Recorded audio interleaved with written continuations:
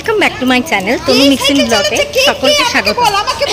তো আজকে মহালয়ার আগের দিন, তো আগের দিন আমরা সব রিহার্সাল করে ফিরছি, মানে আমাদের একটা ডান্স প্রোগ্রাম হবে। তো আজকে আমি কি করব মহালয়া অবশ্যই শেয়ার করব, তার জন্য তোমরা দেখতে থাকো সঙ্গে।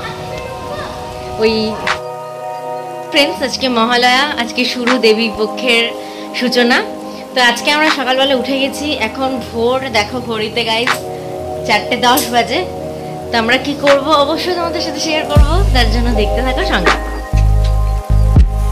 আমাদের যে কমপ্লেক্সে থাকি সেই কমপ্লেক্সের একটা খুব সুন্দর রীতি নিয়ম আছে। সেটা কি হয়, এখানে হচ্ছে মহালয়া শোনা হয়। তো সবাই মিলে বসে দেখো, সবাই মিলে বসে কমপ্লেক্সে, মানে যারা যারা আমাদের কমপ্লেক্সে আমাদের সোসাইটিতে রয়েছে, মানে একটা 4টে টাওয়ার নিয়ে একটা সোসাইটি। তো তারা সবাই এসে প্রত্যেক মানে ওই মহালয়ার দিন ভোরবেলা উঠে ঘরে যে বসে শোনার থেকে, মানে সেটা আমরা কমপ্লেক্সের মানে একটা জায়গায়, খোলা জায়গা আছে যেখানে আমাদের পুজো হয়, সেখানে বসে আমরা মহালয়া শুনি। এই দেখো এখানে হচ্ছে পুজোর প্যান্ডেল হচ্ছে, আমরা সবাই বসে আছে, আমরা মহালয়া শুনছি। তো এই যে এই রীতিটা সত্যি কথা বলতে আমার প্রচণ্ড ভালো লাগে। এই রীতিটা সত্যি খুব ভালো। তো তোমরা দেখতে থাকো, সঙ্গে থাকো, দেখো তোমাদের কেমন লাগছে জানাও অবশ্যই।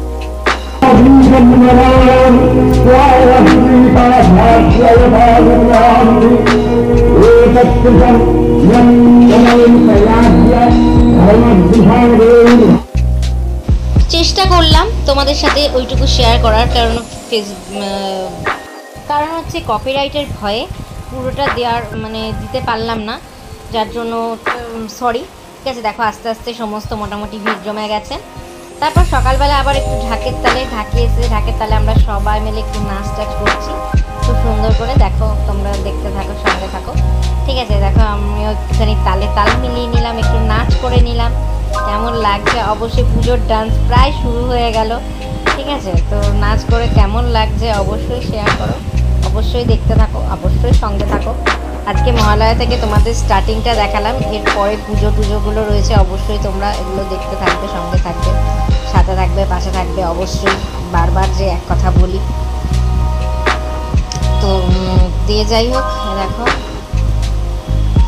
তো আমরা নাচানাচি করছি। তোমাদেরকে কেমন লাগলো অবশ্যই জানাও। দেখো আমাদের এখানে মহালয়া কিন্তু খুব এনজয় হয়। এরপর আমরা একটা মন্দিরে যাই, শিবজির মন্দির, এখানে খুব জাগ্রত মন্দির আছে শিবের। ঠিক আছে, সেই শিবের মন্দিরে যাওয়া হয় সবাই মিলে, হাঁটতে একটুখানি রাস্তা। ঠিক আছে, এই দেখো শিবের মন্দির, তোমাদেরকে চেষ্টা করলাম দেখানোর পুরোটা। এই শিবের মন্দিরে যাবে, গিয়ে এবারে একটু প্রণাম করা হবে। ঠিক আছে, করে তারপরে আমরা যে যার মতো বাড়ি চলে যাব।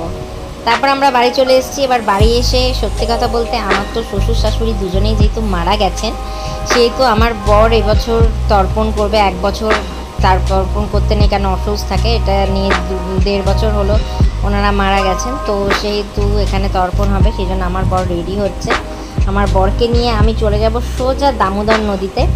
ও দামোদর নদীতে তর্পণ করে, অবশ্যই তোমাদের সাথে দেখাবো, অবশ্যই তোমাদের সাথে শেয়ার করব। এই দেখো আমরা এখন বেরিয়ে গেছি, গাড়ি করে বেরিয়ে গেছি।